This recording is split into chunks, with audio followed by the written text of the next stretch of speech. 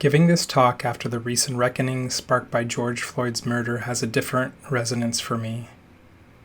The continued murder of Black people due to systemic racism in the form of police brutality shows the continued importance of the work W.E.B. DuBois and his students did.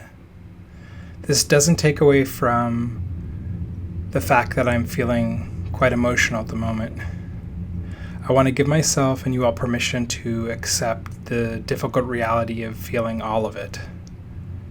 In fact, design is an emotional act. There is a sensory quality to design that's all about feeling.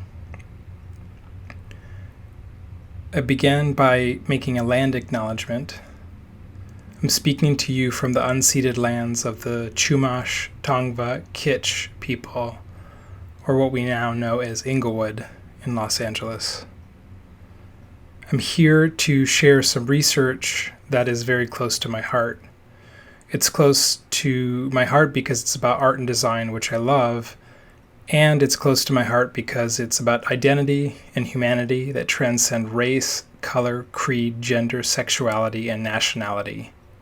It's about using design to create a kind of utopia, or at least the hope for utopia.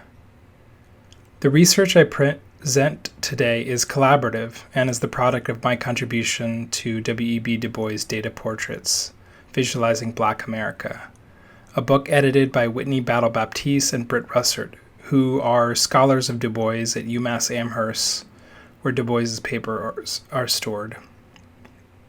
There are additional essays by Mabel O. Wilson and Aldon Morris, the foremost living Du Bois scholar. Our book is published by Princeton Architectural Press, and I'm going to channel RuPaul and say you can order it now on Amazon or buy it wherever fine books are sold. Speaking of plugs, I want to signal boost the type designer of the typography in this presentation, who is Trey Seals of the Foundry Vocal Type. He has been digitizing all of Du Bois' letter forms from these diagrams into a font family called William. That being said, I would like to take you all on a journey, one through space and time. And I do need to give you a trigger warning that I'll be using historical terms that were appropriate at the time they were said, but conflict with our contemporary language. I also use humor, gallows really humor, in my talk to ground some of the darkness that I've faced in this work and research. Because I'm covering a lot, I've created a structure that is a menu. We're going to start with an amuse-bouche, which is the color line. The appetizer is the Negro exhibit. The entree has two parts, the Georgia Negro and a series of statistical charts illustrating the condition of the descendants of former African slaves now in residence in the United States of America. And for dessert, we're going to wash that down with my art and design history and the implications for how this research can connect to new ways that art and design history could be taught and is being taught. And then we're going to have a digestive that will have some contemporary examples and end with a quote from James Baldwin.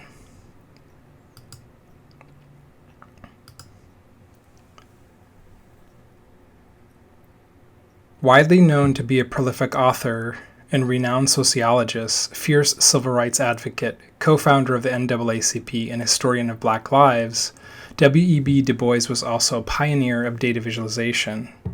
One of his most famous quotes is, "The problem of the 20th century is the problem of the color line." This quote was first published in his seminal Souls of Black Folk from 1903, and it's a quote that cuts through the intersection of race and class.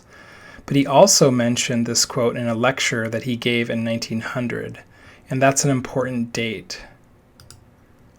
Because in 1900, Du Bois would explore this notion of a color line in literal and metaphorical ways, with a contribution of approximately 60 visualizations or infographics to an exhibit at the Exposition Universelle in Paris, which was basically the World's Fair.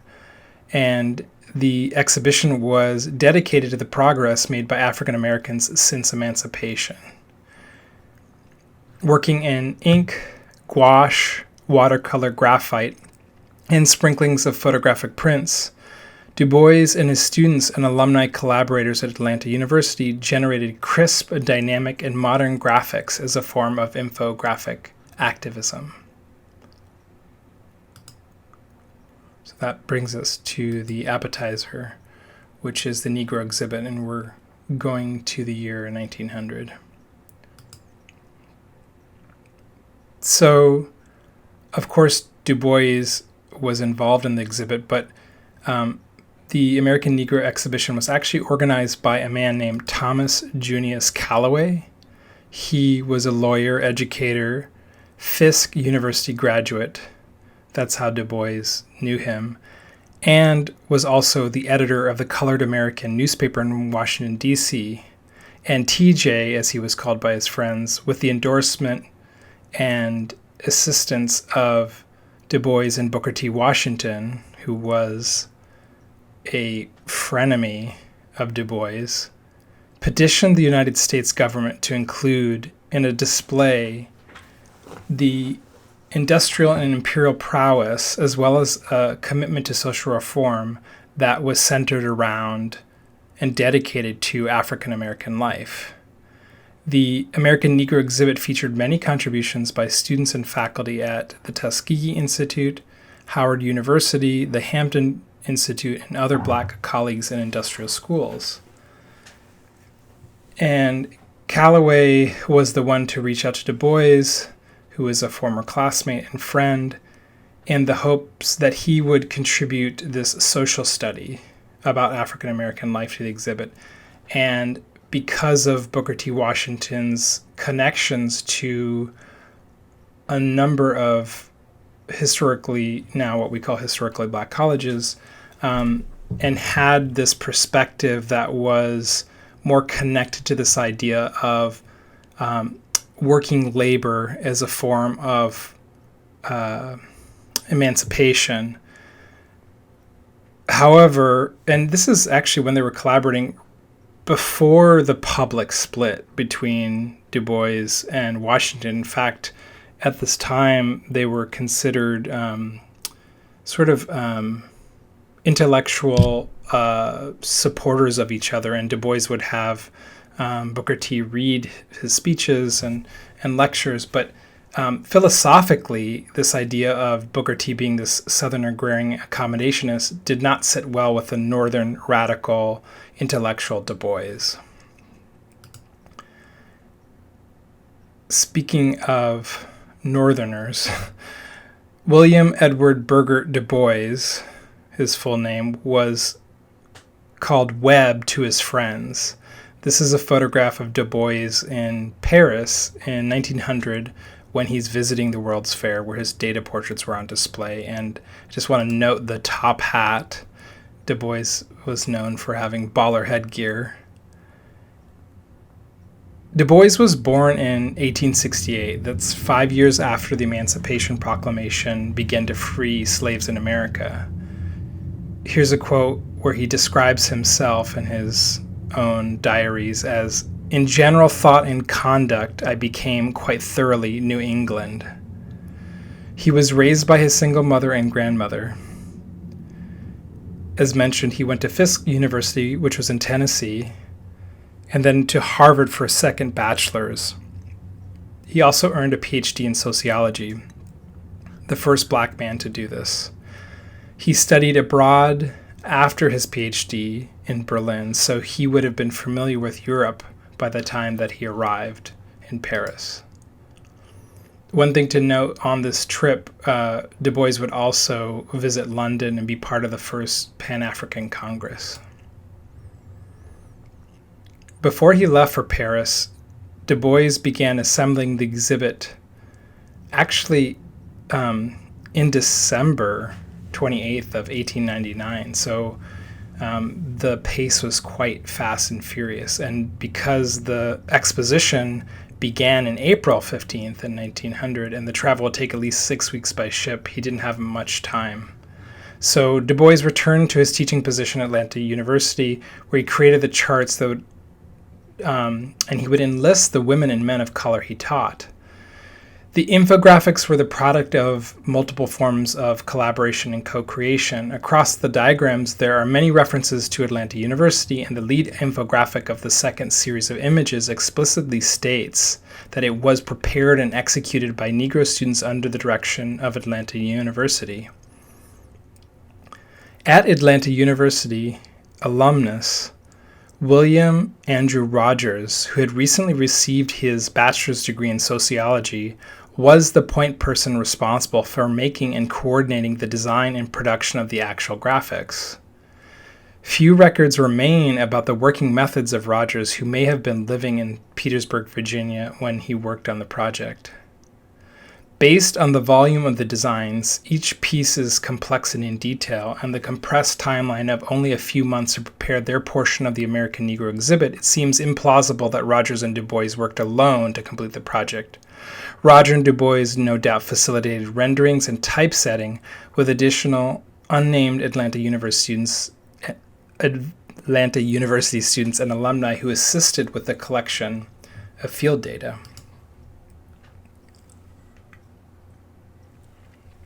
The collaborative nature of the work that went into the construction of the images, as well as their public exhibition, illuminate Du Bois's investment in a truly public sociology. Du Bois also turned to Atlanta alumni to construct a robust network of field researchers across the South. Black women were among the field researchers who contributed their expertise and labor to the Atlanta studies.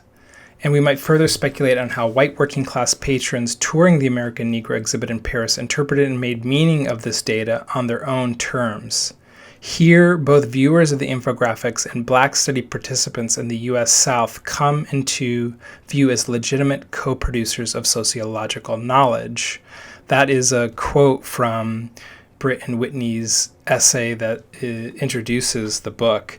And paired with that, you can see images of Atlanta University students around the time that Du Bois was working on his exhibit. Here you can see an image of Du Bois's exhibitor pass as part of being the designer of the Negro exhibit. And it's really sort of heartbreaking and challenging to think about the conditions with which the design and Du Bois end up traveling to Paris. And I'm going to read a bit from his autobiography.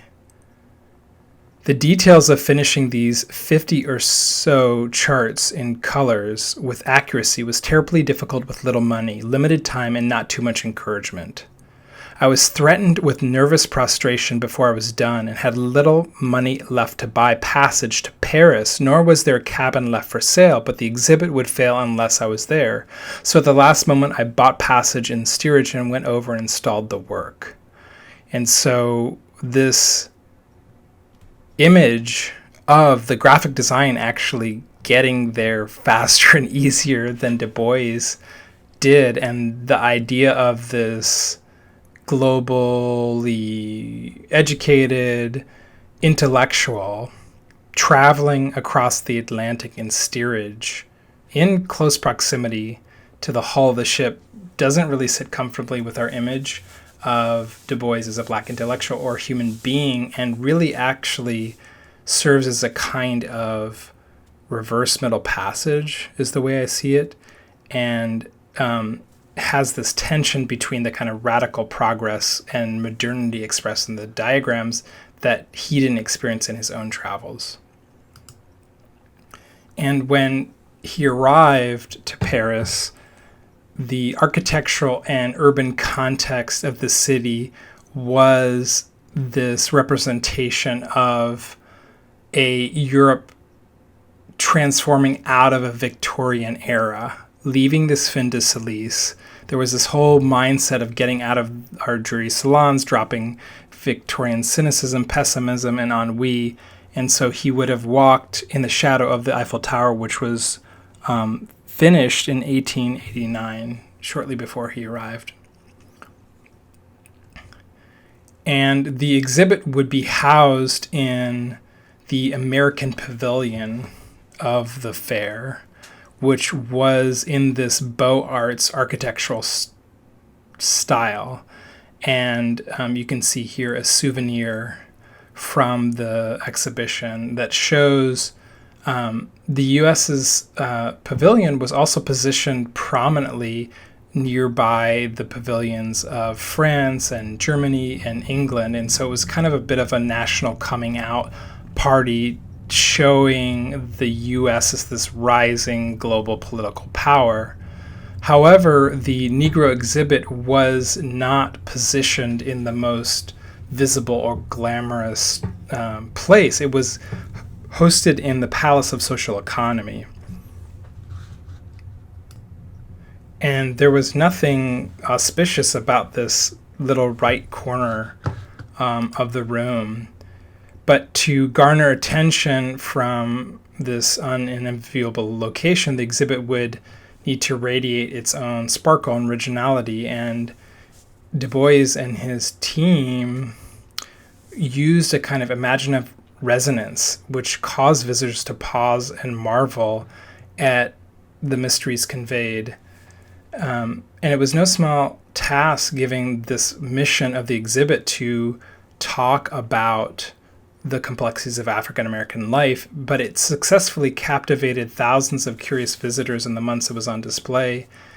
And just for context, there were about 30 to 50 million visitors to the World's Fair in general at large. And specifically, the Negro exhibit garnered a number of prestigious prizes, included a gold medal that was awarded to DuBois by the judges for his role as a collaborator and compiler of the materials of the exhibit. And you can see in the space of the exhibit, which was ingeniously designed and densely packed with information and visuals, that DuBois, rather than relying on the kind of tabletop model of presentation that was often used at World's Fairs, that kind of diorama thing, like if you think of going to a natural history museum where you see like a prehistoric scene of Neanderthals like on display. Instead, DuBois and his team used information design as a rhetorical device, and there's photo documentation that shows at least half of the present diagrams are actually mounted in wing frames set on movable standards that allowed fairgoers to flip through large double-sided plates of the rich data at eye level. The American Negro exhibit featured many contributions by students and faculty of the black schools that I mentioned: Tuskegee Institute, Howard University, Hampton Institute, as well as other black colleges and industrial schools. And the exhibit was meant to educate patrons about the forms of education and uplift occurring at black institutions in African American communities across the U.S. South. And it features an eclectic set of objects, images, and texts, including framed photographic portraits of prominent African American leaders and politicians, tools, harnesses, and other agricultural products from these black industrial schools. There's a bronze statuette of Frederick Douglass that is on the left, which is indicative of the importance of this phrase, the color line, because Frederick Douglass is actually the first person who actually uses that term, but DuBois takes it and propagates it and links it to that problem of the 20th century.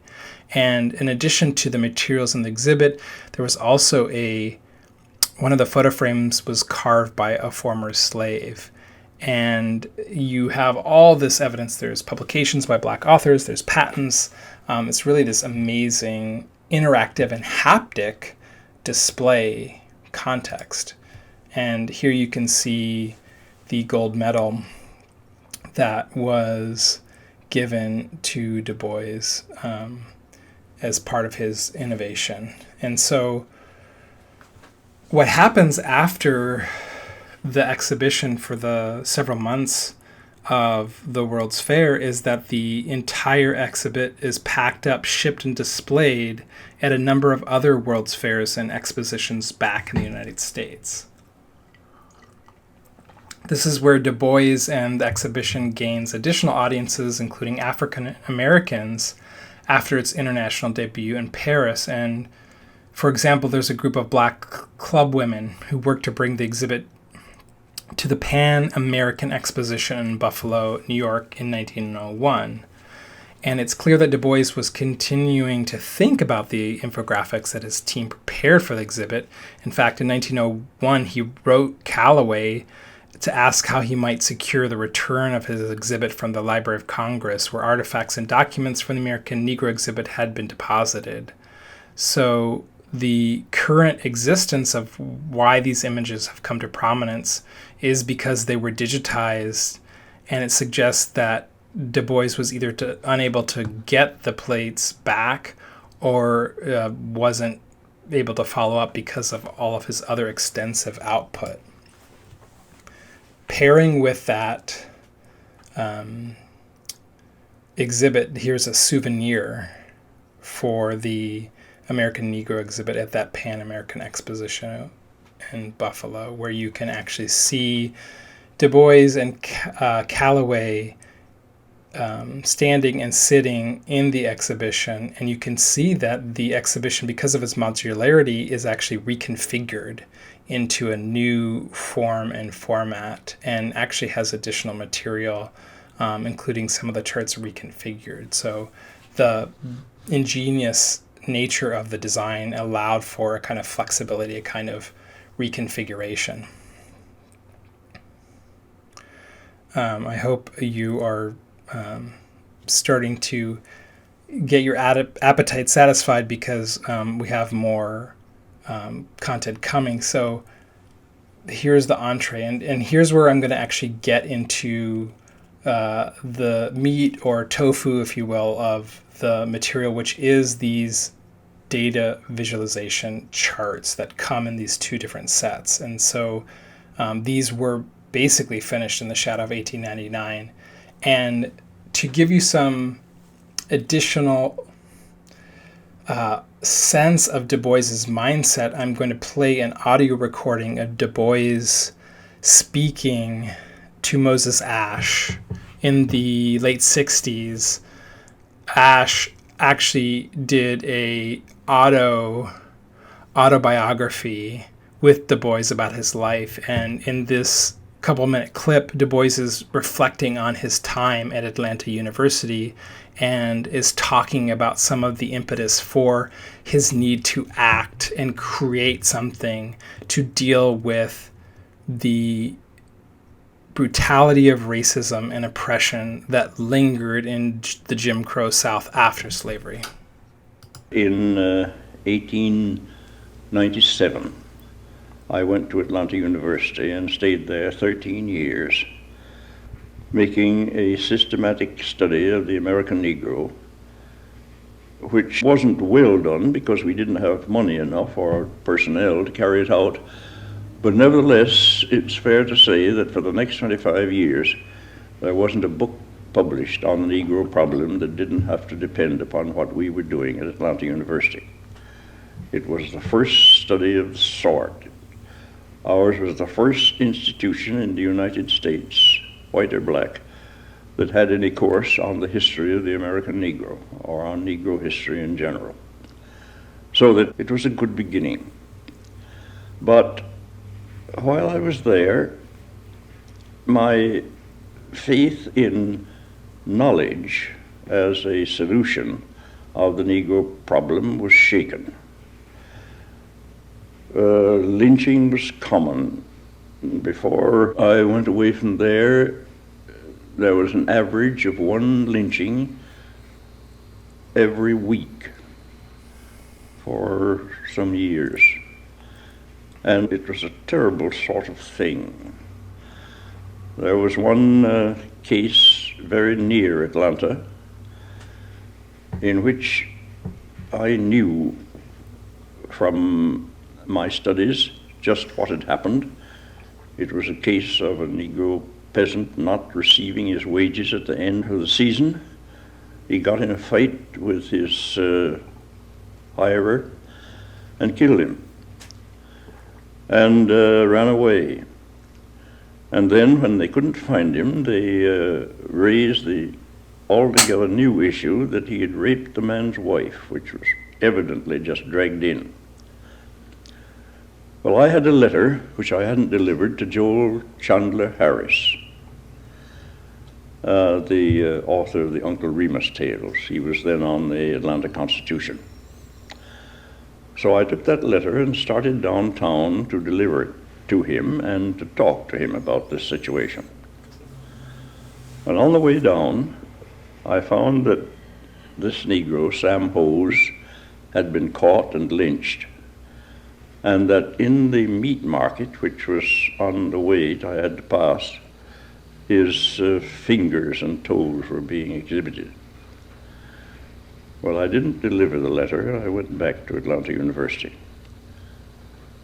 And then I made up my mind that knowledge wasn't enough, that even if people were ignorant of essential matters which they had to know, they wouldn't correct their actions without more realization of just what the difficulties were. They had not only to know, but they had to act. So this image of Du Bois having these very brutal implications of the hangover of slavery translated into these very dynamic, powerful visualizations that were a way to change public sentiment. And Du Bois and his students understood and knew the importance of framing not only the notion of slavery, but the context of where it came from. And Du Bois's dissertation was about the transatlantic slave trade, and he took that knowledge and translated it into a visual representation of this. There is a deeper read of this map by Mabel Wilson, who's an amazing architectural critic, and really the first scholar who writes about this exhibit and this work in her book, Negro Buildings. I highly recommend reading it if you want to know more context. And I think what is really powerful about this diagram is the way in which color and this mapping of the slave trade through the Middle Passage to emancipation beyond. Du Bois uses data sets as a way to make arguments for the equality and sophistication of Black Americans living under Jim Crow and in the shadow of enslavement. And you can actually see in a detailed look at the text where that quote related to the color line is presented as the closing line. And I'm also really interested in the language that Du Bois uses where he's providing this graphic design as a form of evidence, where he says there's charts, maps, and particularly this other devices, which I really love as a kind of way of talking about innovation or this unusual approach to positioning this argument, and was connected to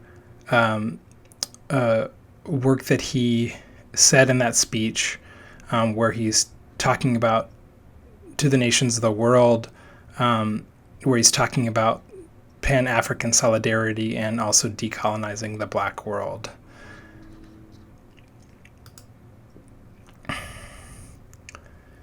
In the cover of the second set of plates, which I see as a proclamation in type and image form, it's also one of the most dense of the plates and self-referential. Here you can see those calls to Atlanta University as this collective authorship of the data visualizations that follow. the palette of gouache in bright colors continues from this Georgia study. And one of the key differences between the data in the Georgia study and this series of charts is in the Georgia study, it's focused on the data of Georgians and at the state. And then in this body of work, it's more looking at national census data.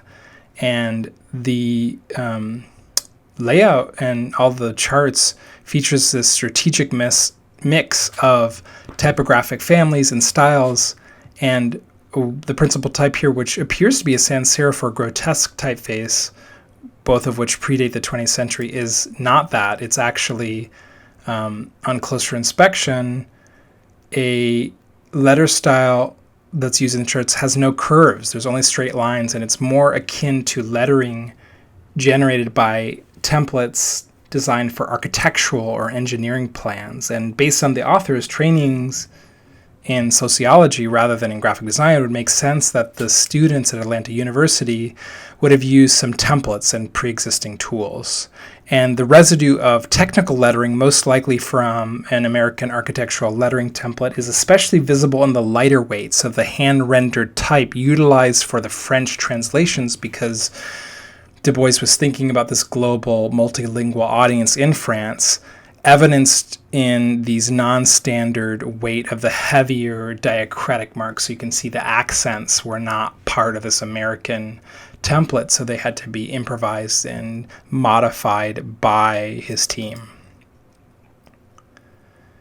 Made a decade before the rise of dominant European avant-garde movements, these works predate modular design elements, often considered to have their origins in Russian constructivism, Gestalt, and Italian futurism. This plate that shows the population of slaves and free Negroes is particularly striking because you see this intentional use of texture and form. Colors are referencing the Pan-African Congress, but also the nature of black skin and the blood of those who were enslaved and persecuted.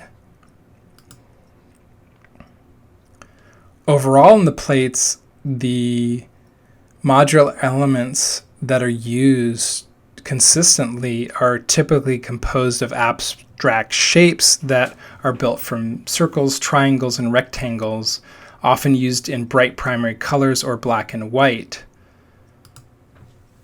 which have a high level of detail and finesse, even in this coloring that you can see in the numbers inscribed in the circle. And when I look at this work, I can't help think about work that comes later. I had mentioned aspects of the avant-garde. You know, this work was made 19 years before the founding of the Bauhaus, but folks like Herbert Bayer, who's one of the first Bauhaus masters who came out of being a student at the program and led the typography and graphic design workshop, had created this universal alphabet that was built out of these modular elements.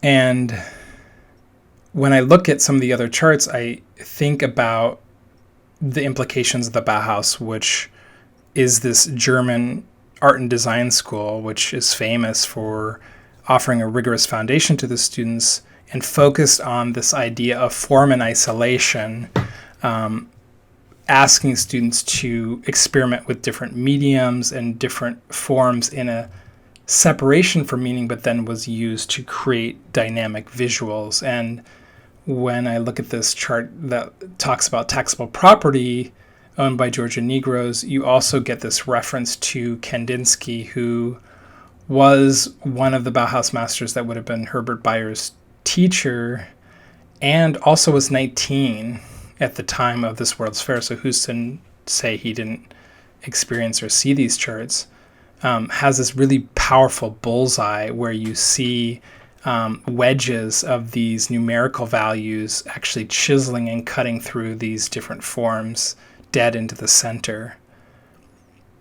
And my argument is that DuBois didn't make these forms in a vacuum. He had a lot of schooling, both in sociology, but also in this idea of statistical data. and no doubt would have been familiar with the sort of father of what we consider information design, which is the work of the Scottish statistician William Playfair, who is credited with inventing the modern pie chart, bar chart, area chart. So Du Bois would have models that he was looking at to create his visualizations and to try to clarify complex data sets in this kind of quick read. And Playfair was a pioneer of really trying to use the eye as a way of understanding a lot of information very quickly.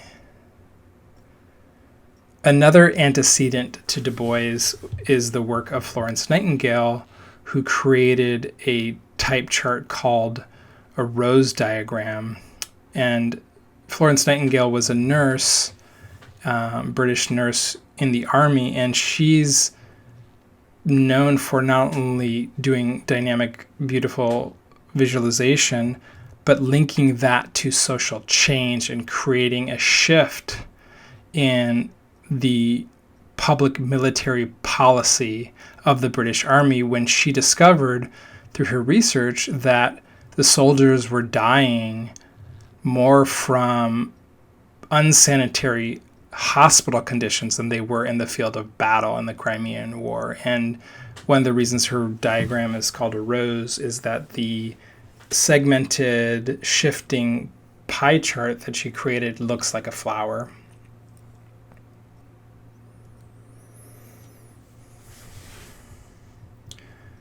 The colors, shapes, and typography of the charts also foreshadow critical developments in the history of data visualization, including simplified pictographic form, which you see later in the isotype picture language, which I'll show a little bit later. But if you look at this chart, it has this very literally bags of money that represent value of land owned by Georgia Negroes. And contrasting that, here is a image of the isotype picture language, which was created by Marie and Otto Neurath, who are husband and wife design team in Vienna as part of the Vienna secession, and sort of the things that were happening around other design intellectuals like Adolf Loos, who were trying to find this rational way to talk about data by using repeated images.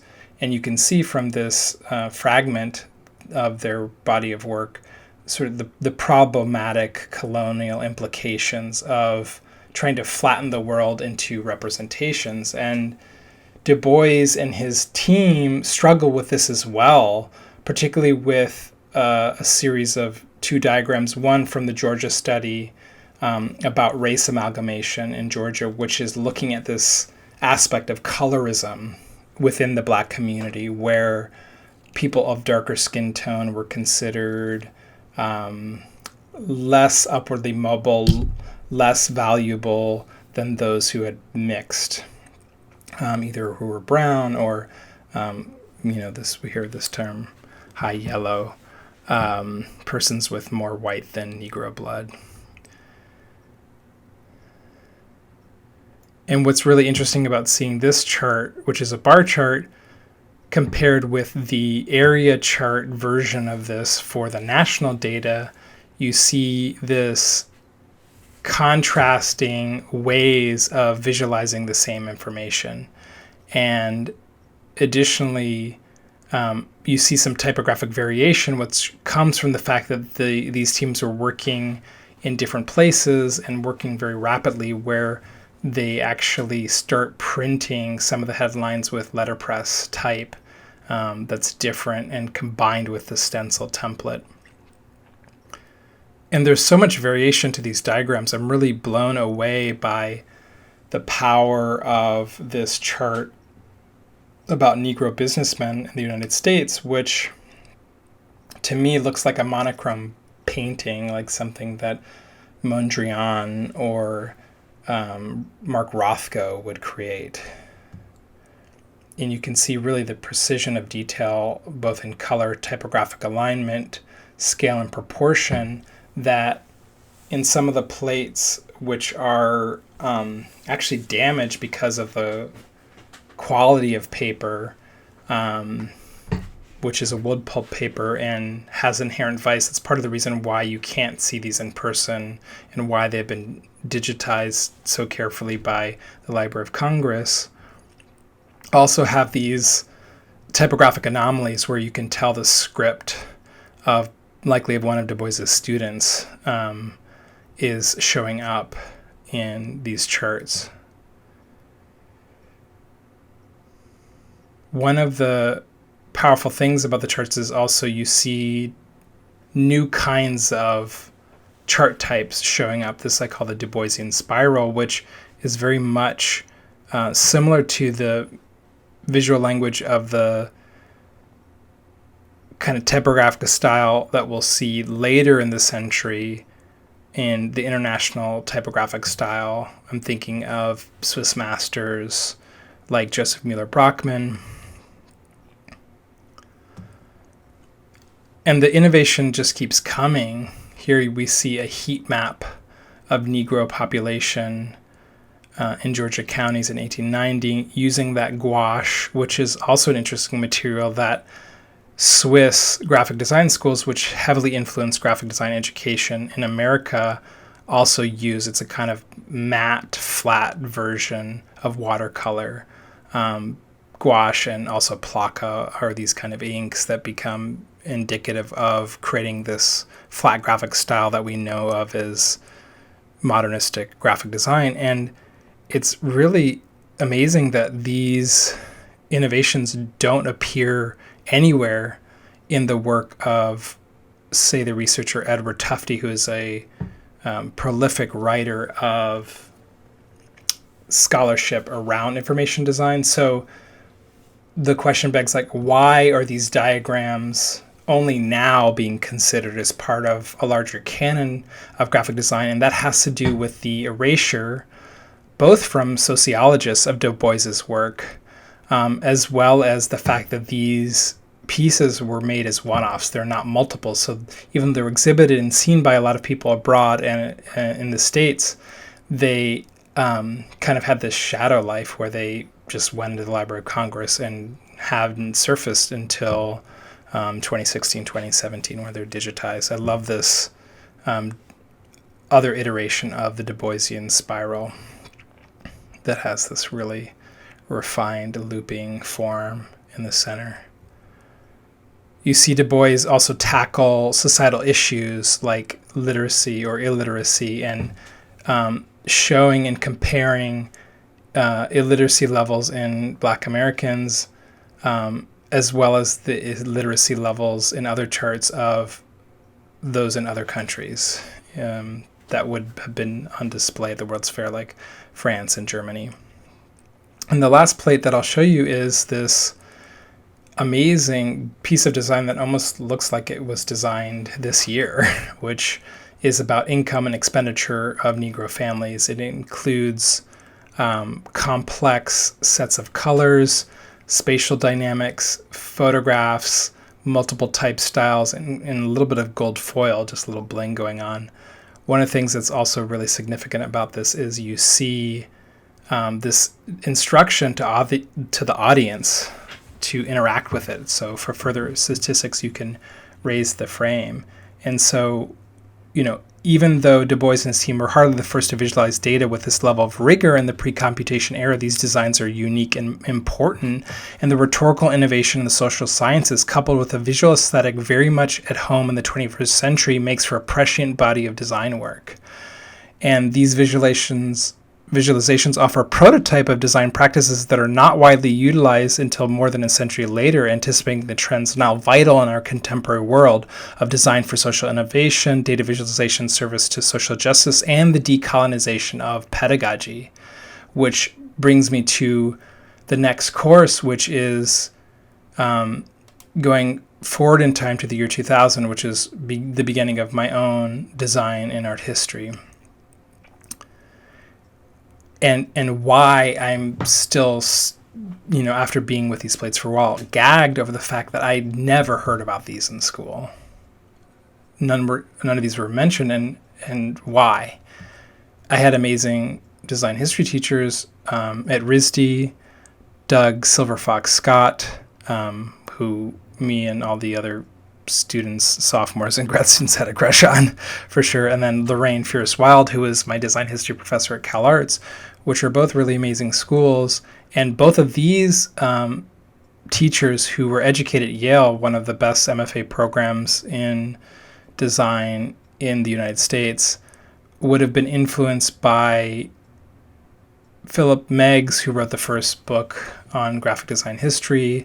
They had professors, both American and European professors, like the famous designer Paul Rand, or the other American Bradbury Thompson. There were just so many other educators there. At the same time, Lou Danziger, who wrote the first design history course for really an undergraduate program at Cal Arts and Art Center. So that would have influenced Lorraine when she came to teach at Cal Arts after her schooling. And then also Lorraine was taught by Kathy McCoy at Cranbrook, who also infused a lot of new ideas in design and design history. But what you can see by looking at the faces of these amazing people is you don't see someone who looks like me. And part of the problematic nature, not only of who's represented, but how the representation happens, which is, to me, generally, most design history classes are based off of this modernist celebrity clothesline, where you have this set number of objects that start with cuneiform and ancient Sumeria and work their way mainly through a European American context and mainly of white male designers, and generally does not really think about the contemporary implications of design after the 20th century. So I propose a few other models. I propose a nodal model where you can be affected and impacted, of course, by your teachers, Herbert Bayer and Walter Gropius, or Joseph Mueller-Brockman and Max Bill are contemporaries who are operating in each other's milieu and influencing each other. But you can also have this idea of like a chosen family. Like I get to choose W.E.B. DuBois to be part of my design lineage, a kind of graphic design history string theory. And that brings me to kind of my latest model of thinking about this idea of both the major and minor forces of design history. What happens when you start to bring and reconsider the canon of graphic design history, or any history, when you start to reframe it with the implications of DuBois being this major innovator, and that shifts how we can now think about these things like isotype or De Stijl or the Bauhaus. And you could also extend that to an entire term or series of terms in a syllabi or textbooks, which I'm doing right now with my own design history classes and scholarship. So, for example, a lecture about streamlining in the 1930s can be reframed through the lens of Victor Hugo Green's The Negro Motorist Green Book. And you could explore and consider the nature of planned obsolescence developed by the American automobile industry that shapes the modern condition of craving the new, and how in tandem the exclusionary urban building and political policy made the utopian visions of World's Fairs and Art Deco unavailable to marginalized populations in America. You could also remodel the late 1960s America mid-century modernism like the Eames aluminum lounger into a context that looks at the political unrest of the Memphis sanitation workers' strike and the Japanese poster work of Tadanori Yoku, or the Bay Area psychedelic posters of Victor Moscoco. And so you have one set of Americans reclining in their chairs while you have another set of workers or Americans marching for their lives literally in piles of refuse. And so for me, the way I've taken this pedagogy into practice, and to wash it all down, is this digestive of what does it mean now in the 21st century, this contemporary impact of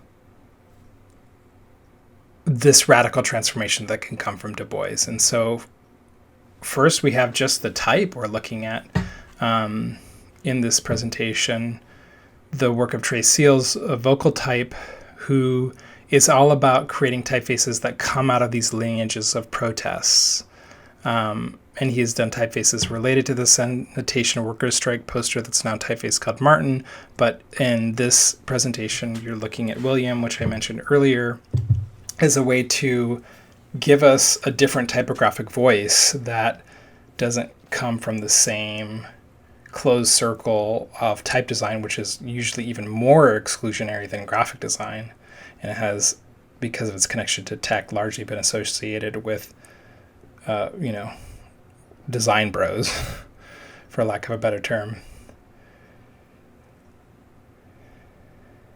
And this has been also connected to a workshop that I led with students in Philadelphia in 2019, where I asked and collaborated with students to take the work of Du Bois and think about the implications for Philadelphia, where Du Bois also lived and did his own unique study on the Philadelphia Negro that set up and informed the work that I've been talking today, where the students did both qualitative and quantitative research into ways to look at Philadelphia, which is one of the fourth most segregated cities in the United States, through these new lenses of things that are relevant.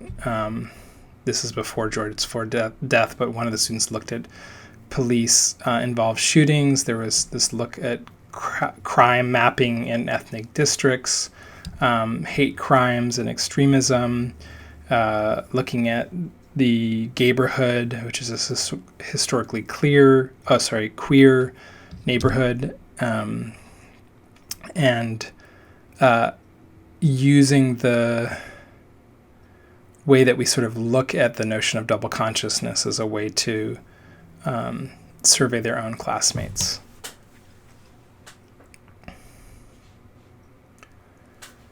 Not only does Du Bois inspire contemporary design education, but it also inspires contemporary art. This is the work of Theaster Gates, the multidisciplinary Chicago-based artist who has taken Du Bois's diagrams and stripped them of their type and functionality as information vehicles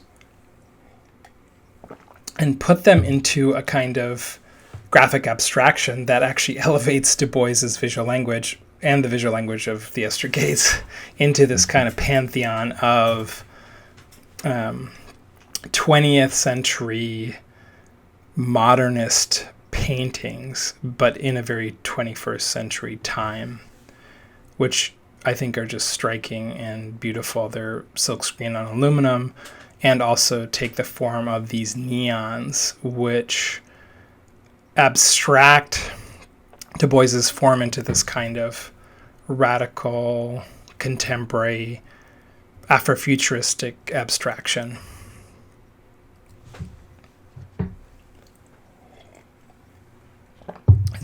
To close, I leave you with this James Baldwin quote, which actually comes from an essay that he wrote called White Man's Guilt that was originally published in Ebony magazine in 1965. And he's talking about this burden that we have to come and face. And he says, on the contrary, the great force of history comes from the fact that we carry it within us, are unconsciously controlled by it in many ways, and history is literally present in all we do. And, that comes to this point where he's sort of later talking about this awakening of the great pain and terror when we begin to realize that our frames of reference, our identities and aspirations are shaped by history, and that we enter into a battle with this historical creation, and we get to attempt to recreate ourselves into a principle that is more humane and more liberating. And I hope that this talk and this perspective help you do the same thing in the way that you look at data visualization, and the way that we consider, particularly in this age of social reckoning, and also the impact of a debilitating pandemic, where we're confronted with data visualization in our feeds and in our world all the time, that we can actually use this data and data visualization as a medium to create social change. Thank you so much.